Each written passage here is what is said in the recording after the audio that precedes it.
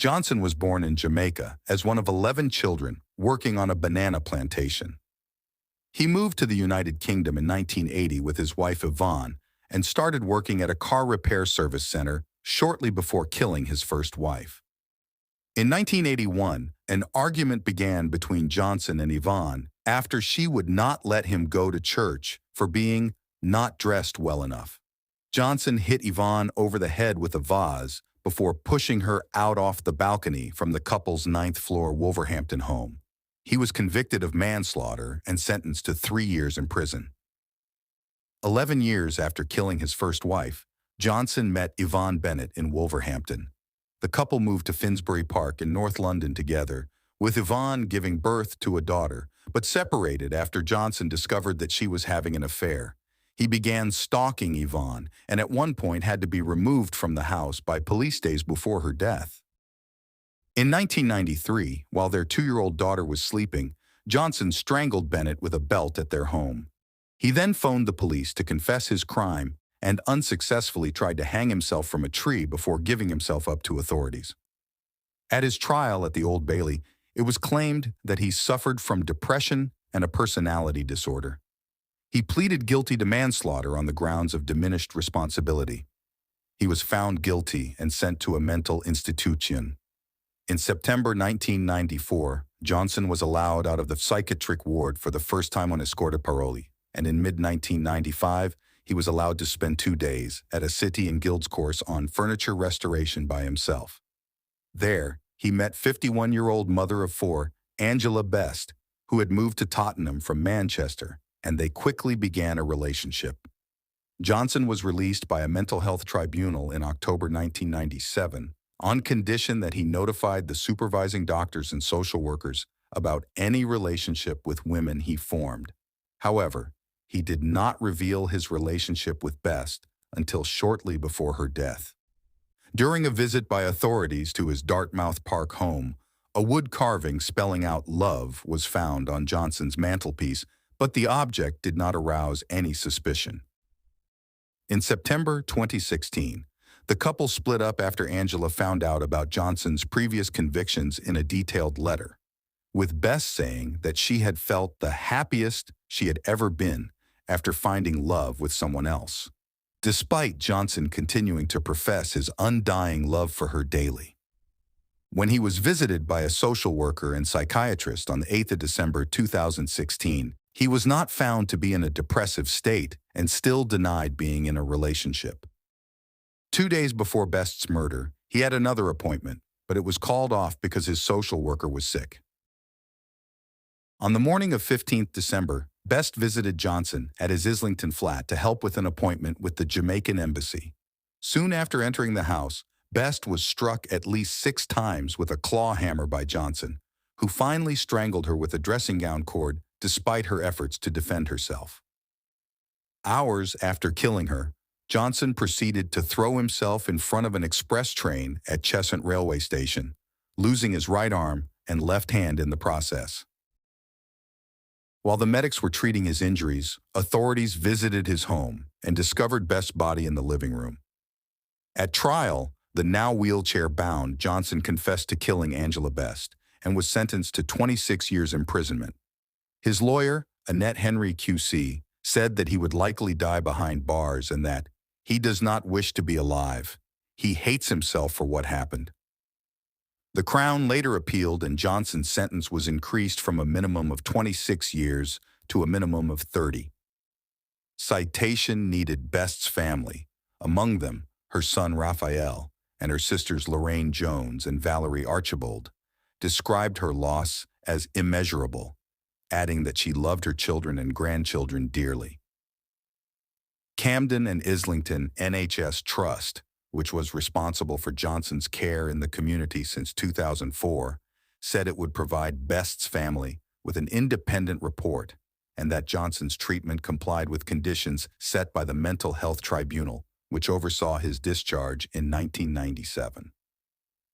1931, J. Theodore and Barbara Salmon marry on December 21st and eventually take a studio on West 67th Street near the studios of Paul Trebilcock and the Leopold Seifert. Their circle of artist friends included Ivan Albright. Exhibits at Marie Sterner Gallery in December. Paintings, 1935. Portraits and a mural for Western State Teachers College at Macomb, Illinois. 1936. Birth of a son. John Theodore Johnson, Jr. on June 8, 1937. Summered with family in Oregon, Illinois, and Dorset, Vermont, where he painted oil on canvas the large 18 x 11 mural Huckleberry Festival for the Garden City Post Office and installed November 1937. Johnson also painted a mural representing Father Jacques Marquette, 1674, for the Morgan Park Post Office, Illinois. Acquired a Leica camera, explored landscapes and portraiture with a camera, and developed, enlarged, and printed his photographs. Continued to paint oil landscapes of farms and hills near Dorset, Vermont, watercolors with Chinese White, Oregon, Illinois, 1938, named head of the Department of Painting, Minneapolis School of Art, head of painting till 1945, when he moves to San Jose. 1941, second son, Peter A. Johnson, born December 13th. Johnson's father, Theodore Johnson. Sr. died shortly thereafter, and Johnson took up his father's tools to carve out of walnut 7 figurative sculptures, oil and pastel portraits, still lifes, oil landscapes, and a large, powerful painting of a Swedish-American farmer, Ed Sorensen. 1945, assistant, associate, and then professor art department, San Jose State College, 1945-1963, where, within the post-war context of action painting and abstract expressionism, Johnson maintained a certain classical tradition in the life drawing and painting courses he conducted.